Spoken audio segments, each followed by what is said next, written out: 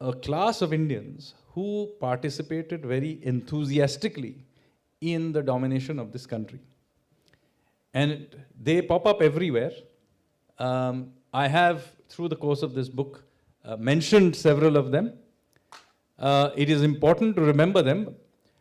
By the way, let me clarify that not anybody who had anything to do with the British is a collaborator.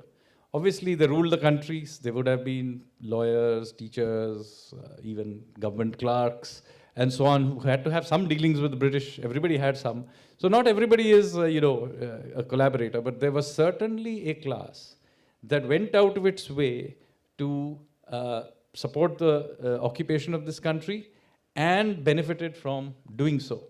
Whether it is police informers, or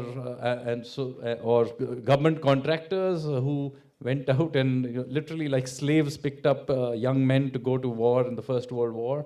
And of course, do remember, particularly in the 40s when the Second World War was happening, much of the firing that was done and killings that were done against the Quit India movement or against the naval revolt were all done by young officials of the Imperial Police Service.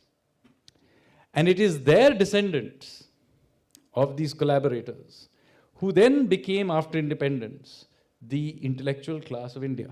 In many cases, they were the collaborators themselves. And I mentioned, for example, specifically the name of Yashpal, who was then later became a famous writer, ironically based on evidently his contributions to the revolutionary movement, whereas in fact we know, well documented, including from my own family's oral history, that the revolutionaries wanted to actually kill him because he was the likely source of the information that led to the death of Chandrasekhar Azad, just to give an example.